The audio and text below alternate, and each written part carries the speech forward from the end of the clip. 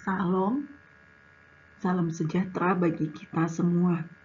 Pada kesempatan kali ini, saya akan menjelaskan tentang asuhan keperawatan pada pasien dengan vertigo. Sebelum kita mulai, mari kita bersatu di dalam doa. Bapa yang Maha Baik, terima kasih untuk semua yang telah Bapa berikan kepada kami hingga saat ini. Sebentar lagi kami akan memulai proses belajar mengajar kami. Kami mohon hikmat daripada-Mu, agar apa yang kami pelajari, agar apa yang kami baca, apa yang kami ucapkan, apa yang kami lakukan, semuanya benar-benar sesuai dengan kehendak-Mu dan dapat menjadi berkat, terutama buat pasien-pasien yang Bapak percayakan kepada-Mu. Bapa, doa ini kami sampaikan kepada-Mu dengan perantaraan anak-Mu Tuhan dan Juru Selamat kami, Yesus Kristus. Amin. Kita mulai ya. Sebelum kita mulai tentang vertigonya, Ibu ingin kalian review sedikit tentang sistem vestibular. Sistem vestibular di sini adalah sistem yang mengatur tentang keseimbangan. Nah, dia ada perannya, ada di bagian telinga, juga ada di bagian sistem saraf pusat. Nah, diingat lagi sistem saraf mana aja yang berperan dalam mengatur keseimbangan. Karena sistem saraf kranial kan kita ingat ada berapa? Ada 12. Nah, di sini termasuk ada labirin. Nah, di sini juga bisa dilihat ada telinga tengah, telinga dalam, telinga luar. Nanti dibaca lagi tentang sistem vestibular ya. Nah, selain sistem vestibular di sini yang Ibu ingin kalian review juga tentang arteri dan juga vena yang memperdarahi dari sistem vestibular itu, seperti arteri anterior vestibular. Kemudian ada juga arteri basilar. Kemudian ada juga arteri anterior inferior cerebral, ada arteri internal auditory. Kenapa harus dipahami? Karena apabila terjadi sumbatan pada arteri-arteri ini, maka kita bisa terbayang, kita bisa tahu bagian mana yang terkena dan apa fungsinya, sehingga tanda atau gejala klinisnya akan muncul seperti apa. Oke? Kemudian, topik pembahasan yang akan dibahas pada presentasi kali ini adalah definisi vertigo, etiologi, klasifikasi, manifestasi klinisnya seperti apa. Dilanjutkan dengan diagnosisnya bagaimana, patofisiologi, manajemennya hingga asuhan keperawatan dari vertigo. Untuk definisi vertigo. Vertigo adalah ilusi ketika seseorang merasa dirinya bergerak atau berputar terhadap sekitarnya, padahal dia nggak bergerak, atau lingkungan yang bergerak terhadap dirinya. Dari sumber lain mengatakan vertigo merupakan perasaan bergerak baik dari dalam maupun luar tubuh. Vertigo bukanlah satu diagnosis, tapi hanya gejala, symptoms, jadi gejala, bukan suatu diagnosa. Kemudian, jadi bukan sebagai etiologi atau penyebab masalahnya. Nah, di sini tentu kita juga sering mendengar tentang dizziness atau pusing. Nah, apa bedanya dengan vertigo? Jadi, dizziness atau pusing ini merupakan gejala umum yang meliputi penglihatan kabur, kepala terasa ringan, tubuh tidak seimbang, sensasi melayang, sensasi miring, dan vertigo. Jadi dapat disimpulkan bahwa vertigo merupakan bagian dari dizziness. Untuk etiologinya, di sini vertigo dapat disebabkan karena labirin vestibularnya terganggu, kemudian kondisi sistem saraf pusat dan juga keadaan cervicogenik. Kalau keadaan labirin vestibular di sini dapat menjadi pencetus atau etiologi dari vertigo karena penyakit lain seperti penyakit mania, kemudian penyakit benik positional vertigo atau BPPV, atau dari labirinitis. Kalau untuk kondisi sistem saraf pusat, di sini seperti kita ketahui kalau sistem saraf pusat terganggu sirkulasinya, maka akan menimbulkan penyakit stroke. Di sini terutama berupa stroke sirkulasi posterior. Jadi bukan stroke hemoragik ya. Nah, kemudian juga ada insufisiensi vertebrobasilar. Lalu kemudian untuk servikogeniknya di sini ada sindrom Berlioz dan oklusi arteri vertebralis rotasional.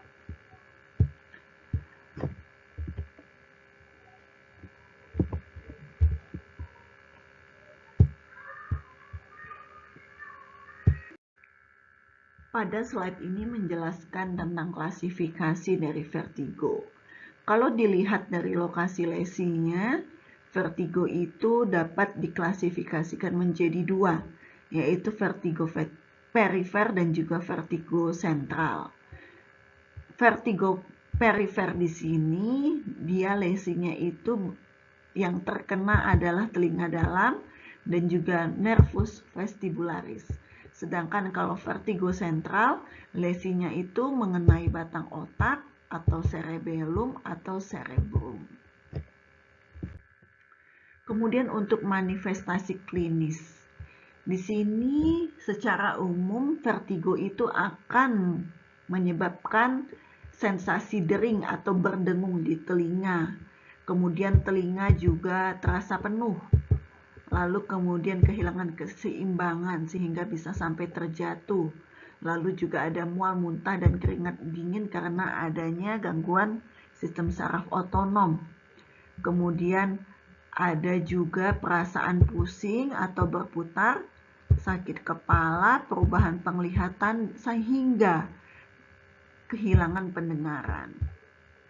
Kemudian untuk gangguan psikologisnya juga seperti gejala takut dan cemas hingga depresi. Bagaimana dokter bisa mendiagnosis seorang pasien itu menderita vertigo? Pada fase akut vertigo di mana terdapat gambaran defisit neurologi tidak ditemukan, maka dianjurkan untuk melakukan 3 pemeriksaan, yaitu yang disebut dengan HINS, yang terdiri dari Head Impulse Test, Nystagmus, dan juga Test of Skew. Di sini kita akan bahas satu-satu. Pada slide ini akan menjelaskan tentang clinical pathway pada vertigo. Mulai dari munculnya tanda dan gejala seperti pusing atau vertigo, kemudian melakukan pemeriksaan secara klinis dan juga riwayat kesehatan pasien. Hal ini akan menjadi pertimbangan untuk penentuan kebutuhan CT scan kepala. Yang perlu kita lihat di sini adalah memang HINS perlu dilakukan pada pasien dengan gejala vertigo ataupun pusing. Hal ini yang akan menentukan pasien itu menderita vertigo sentral atau vertigo perifer. Hal ini juga yang akan menentukan perbedaan intervensi yang akan didapatkan oleh masing-masing pasien.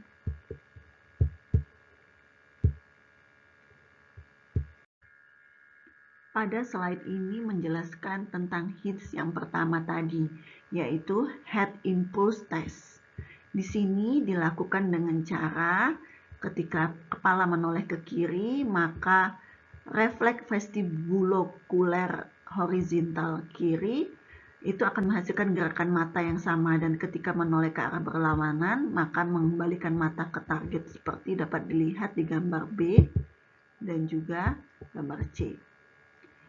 Nah, sedangkan ini berlaku pada for vestibulo-okular dalam keadaan normal. Nah, bagaimana untuk hasil yang positif? Untuk hasil yang positif ini dapat dilihat di gambar D, E, dan F. Ketika kepala menoleh ke kiri, mata awalnya bergerak bersamaan dengan kepala.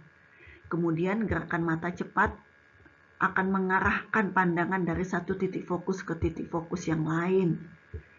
Kemudian mengembalikan mata ke target. Videonya dapat dilihat, pemeriksaan untuk melakukan ini. Tes ini dapat dilihat di link video berikut.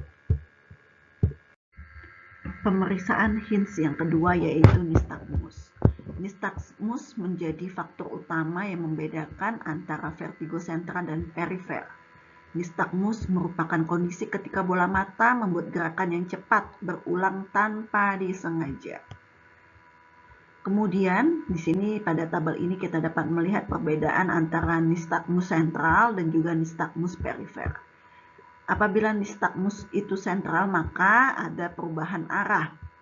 Lalu kemudian gerakannya ke arah bawah. Lalu ketika difiksasi tidak ada penurunan gerakan.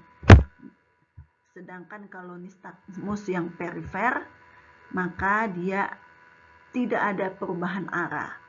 Lalu dengan fiksasi maka terjadi penurunan pergerakan nystagmusnya, bola matanya. Lalu gerakan bola matanya akan menurun ketika melihat ke arah fase lambat dan meningkat ketika melihat ke arah fase cepat. Nystagmus di sini kita dapat lihat ada yang dua arah atau bidireksional dan nystagmus vertikal. Ada juga yang indirect nystagmus, dapat dilihat di gambar.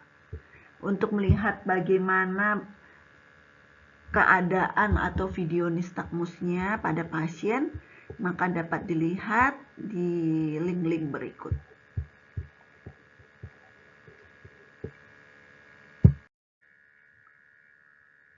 Pemeriksaan Hinds yang ketiga yaitu test of Q. Pemeriksaan ini dilakukan dengan membuka dan menutup mata pasien. Dikatakan positif jika terdapat perbedaan ketinggian atau kesejajaran pada bola mata. Jadi salah satu mata akan lebih tinggi daripada yang lain, yang menunjukkan adanya deviasi pada bola mata. Untuk melakukan pemeriksaan secara lengkap Hinds ini, maka dapat dilihat di link berikut.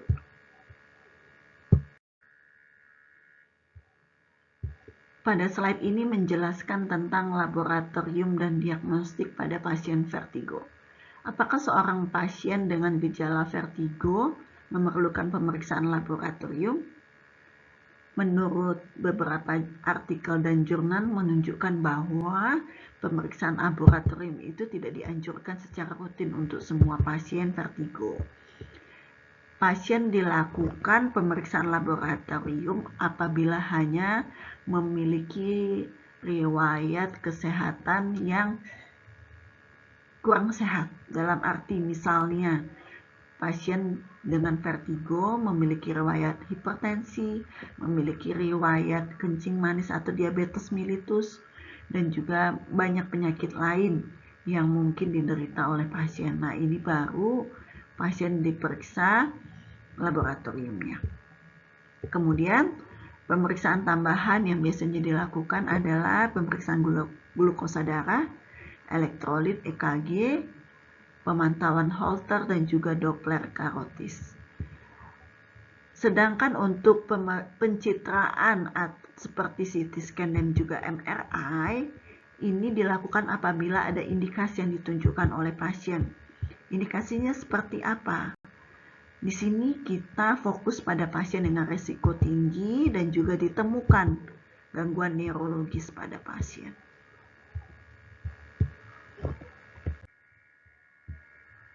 Pada slide ini menampilkan hasil pemeriksaan Hinds pada vertigo perifer dan juga vertigo sentral.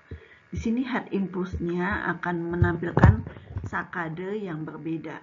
Sakadit di sini adalah pergerakan bola mata yang cepat yang mengalihkan dari satu objek ke objek yang lain. Nah, di sini untuk nystagmusnya ada yang vertigo perifer, maka unidirectional nystagmus, sedangkan vertigo sentralnya di sini nystagmusnya dapat berubah arah. Kemudian kalau test of skew-nya di sini tidak ada no vertical ocular misalignment.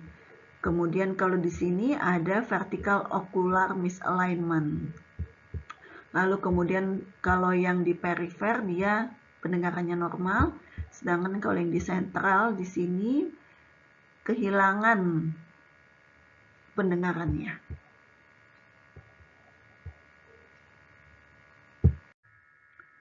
Pada slide ini akan menjelaskan tentang patofisiologi vertigo sentral.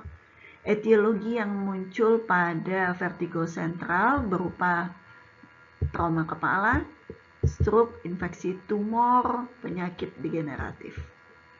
Kemudian etiologi ini akan menimbulkan lesi pada jaras yang berperan pada refleks vestibulo-okular atau FOR. Nah, refleks FOR ini terdiri dari apa aja? Mulai dari labirin, nucleus vestibularis, nucleus nervus 3, 4, dan juga 6, pons dan mesencephalon, serta cerebellum. Apabila lesi ini mengenai pons dan cerebellum, maka akan muncul gerakan mata horizontal. Sedangkan apabila lesinya terkena di mesencephalon, maka akan muncul gerakan mata yang vertikal. Dan bila lesi mengenai jarak ascendant dan descendant, maka akan mengganggu gangguan postur tubuh, keseimbangan, dan orientasi spasial. Hal inilah yang akan menyebabkan munculnya vertigo sentral.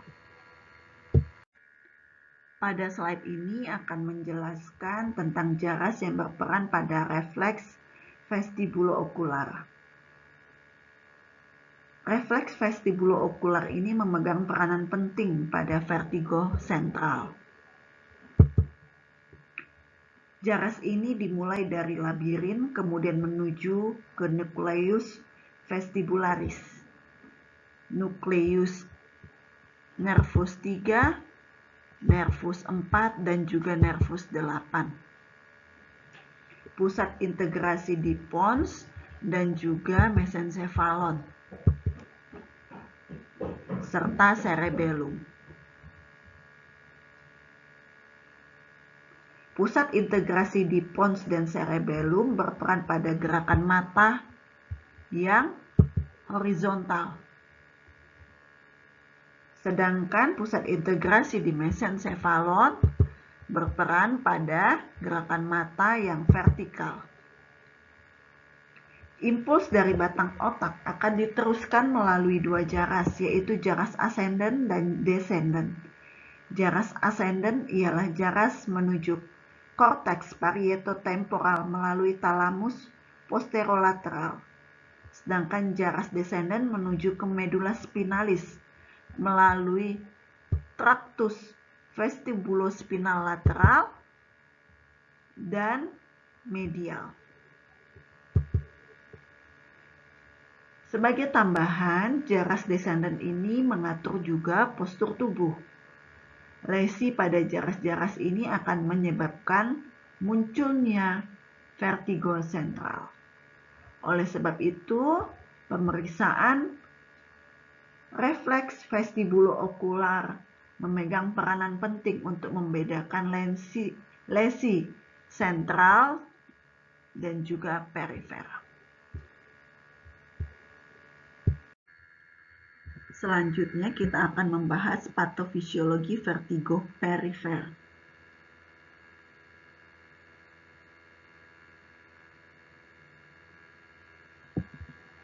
Etiologi utamanya merupakan infeksi telinga, infeksi atau inflamasi kandung endolimfatik karena virus, bakteri, ataupun cedera. Ada juga penyakit Meniere tumor, usia, neuritis, BPPV, dan lain-lain. Penyakit-penyakit dan etiologi ini menimbulkan lesi di telinga bagian dalam dan nervus vestibularis.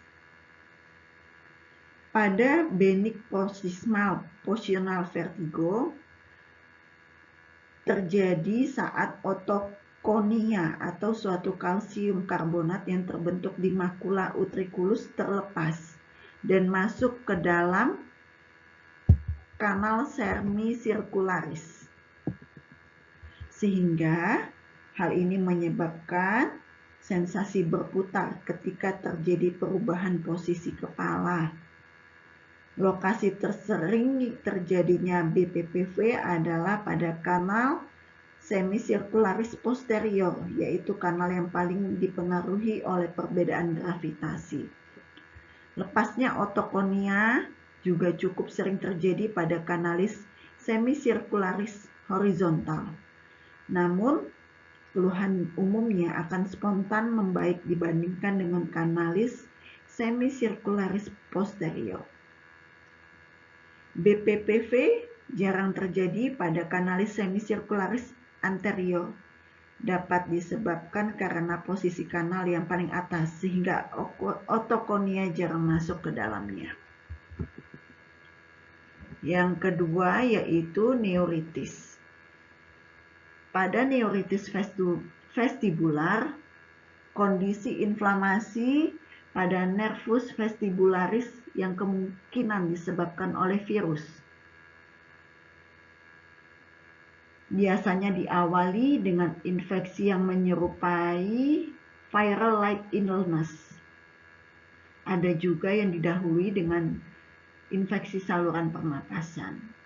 Gambaran klinisnya yaitu merupakan gejala keterlibatan nervus vestibularis cabang superior, yaitu kanalis semicircularis horizontal anterior serta utriculus, yang menyebabkan karena cabang superior dari nervus vestibularis melewati celah yang lebih panjang dan sempit pada os petrosum dibandingkan cabang inferior, sehingga lebih rentan mengalami edema dan kompresi.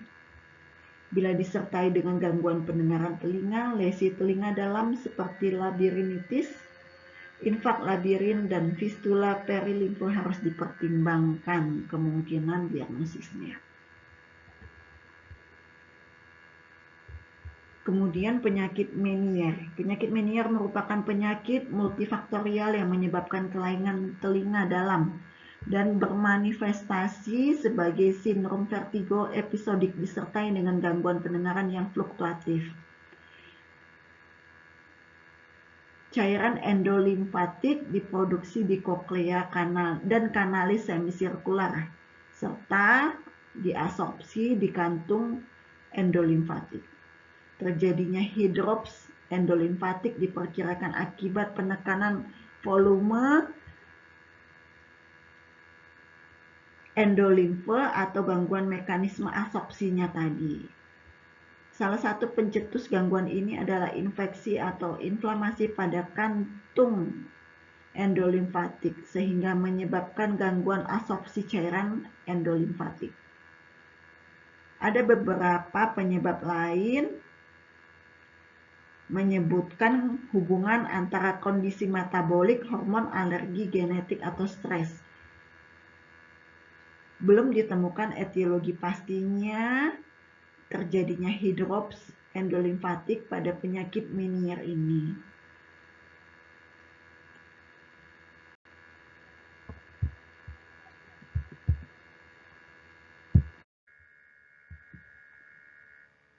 Sistem vestibular secara umum dibagi menjadi komponen perifer dan juga sentral.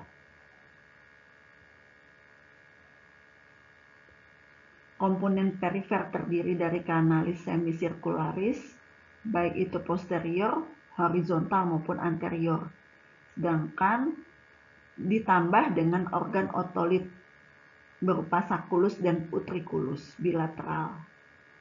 Nah, kanalis semicircularis mendeteksi gerakan berputar, sedangkan utriculus dan sacculus berespon terhadap akselerasi linier dan gravitasi. Organ vestibular berada dalam aktivitas tonik simetris. Bila tereksitasi akan menstimulus sistem vestibular sentral.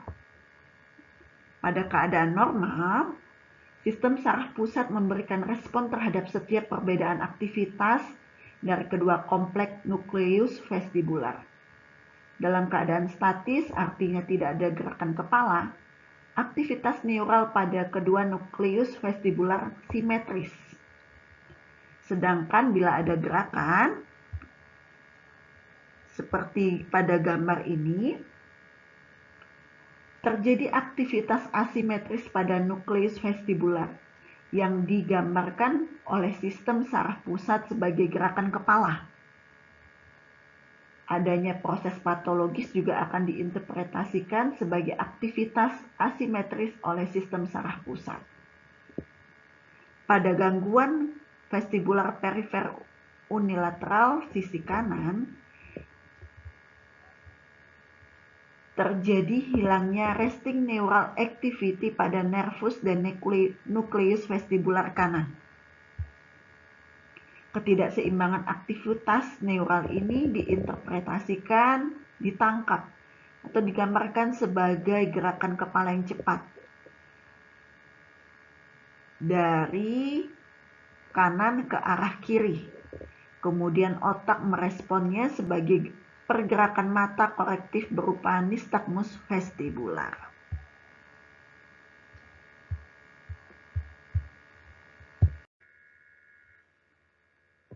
Selanjutnya kita akan membahas manajemen vertigo sentral. Di sini terdapat 3 manajemen yang dapat dilakukan, mulai dari terapi kausal, simptomatik, hingga rehabilitasi. Terapi kausal di sini berdasarkan etiologi yang diderita oleh pasien. Misalnya stroke, tumor, multiple sklerosis, dan juga penyakit degeneratif. Sedangkan simptomatik di sini dapat diberikan obat ataupun terapi dari golongan beta-histin, flunarizin, dan sinarizin. Untuk rehabilitasinya dapat dilakukan Coutron-Kukisi exercise. Berikut adalah rehabilitasi Coutron-Kukisi exercise. Terapi medik pada vertigo sentral di sini berdasarkan nistagmusnya ada yang upbeat dan juga downbeat. Dapat dilihat pada upbeat dapat diberikan baclofen dan juga aminopiridin. Untuk downbeatnya dapat diberikan aminopiridin, diaminopiridin, baclofen, clonazepam, dan juga gabapentin. Untuk manajemen vertigo perifer di sini sama seperti vertigo sentral, sesuai dengan kausal atau etiologinya. Sedangkan untuk simptomatiknya dapat diberikan antihistamin, benzodiazepin, butirofenon, histaminik, penyekat kanal kalsium dan juga kalium, serta dilakukan juga terapi rehabilitatif. Sedangkan untuk tata laksana medikamentosanya yaitu diberikan obat-obat simptomatik untuk mengurangi gejala dizziness, mual, dan muntah, seperti golongan obat antikolinergik, antihistamin, dan benzodiazepin. Obat-obat antivertigo hanya diindikasikan untuk gejala vertigo, perifer, atau sentral itu yang akut maksimal 3 hari. Profilaksis untuk mual dan muntah dalam tindakan liberatory manuver pada BPPV. Kemudian profilaksis mabuk perjalanan juga sebagai terapi pada vertigo posisional sentral dengan mual. Kemudian untuk tata laksana non-medikamentosa vertigo perifer di sini ada 3 latihan, yaitu latihan mandiri di rumah, latihan terapi reposisi kanalit, dan juga reposisi kanalit pada BPPV. Terapi reposisi kanalit yang dapat dilakukan yaitu the Epley maneuver. Tujuan dilakukannya manuver Epley ini untuk mengembalikan otokonia dari kanalis semisirkularis posterior kembali ke utriculus, kemudian akan diresorpsi kembali oleh tubuh.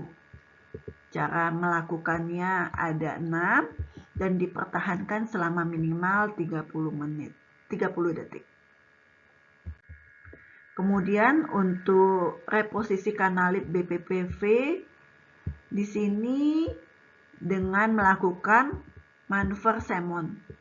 Kelebihannya dapat dilakukan pada pasien yang lehernya sulit diekstensikan. Di sini ada 4 cara untuk melakukan manuver ini. Sedangkan latihan mandiri yang dapat dilakukan untuk pasien yaitu exercise yang disebut dengan Brandorf. Di sini dilakukan dengan mata terbuka dan latihan ini dilakukan masing-masing 3 set per hari. 5 siklus dari kiri ke kanan selama 2 minggu. Berikut ada gambar dan juga penjelasannya.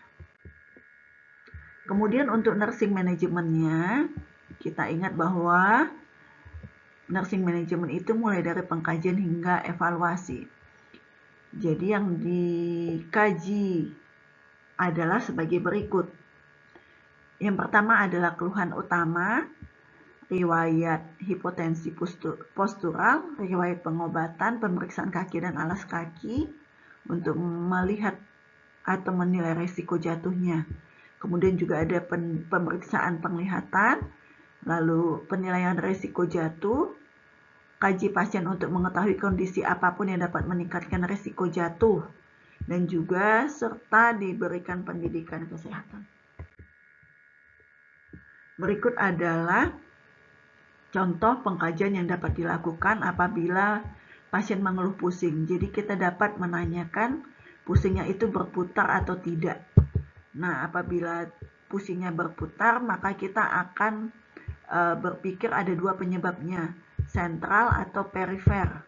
Kalau sentral, maka dia risikonya itu lebih mengarah kepada gejala neurologis atau berisiko faktor vaskular, seperti tumor, infeksi, dan juga kecelakaan atau kejadian cerebrovaskular. Sedangkan kalau yang perifer itu lebih kepada telinga bagian dalam. Di sini maka gejala yang timbul adalah tinnitus, hilangnya pendengaran, nistagmus, dan juga mual muntah. Di sini penyebabnya dapat berupa vertigo benik posisional, vestibular neuritis, labirinitis, dan juga penyakit Meniere. Nah, apa yang kita dapat lakukan pada pasien untuk mengurangi gejalanya, yaitu berbaring di ruang yang tenang dan gelap untuk mengurangi rasa berputar. Gerakan kepala jika memungkinkan. Lalu kemudian duduklah segera saat merasa pusing.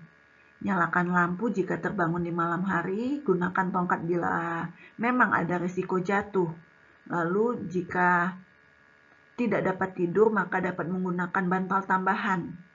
Lalu kemudian saat kita akan bangun, bangunlah secara perlahan, jangan secara mendadak langsung berdiri dari posisi tidur. Kita dapat menganjurkan pasien untuk dari berbaring duduk terlebih dahulu, baru kemudian bangun dari tempat tidur. Kemudian cobalah untuk rileks dan menghindari stres, karena kecemasan dapat memperburuk vertigo. Lalu listen your body, jika mungkin harus melanjutkan beberapa aktivitas normal. Cobalah untuk kembali bergerak secara alami karena akan membantu proses pemulihan pasien. Masalah keperawatan yang dapat muncul pada vertigo yaitu resiko jatuh, resiko injuri, resiko trauma secara fisik, gangguan kemampuan transfer, lalu konfusi akut, kemudian kurangnya pengetahuan, dan juga resiko ketidakefektifan perfusi jaringan cerebral. Berikut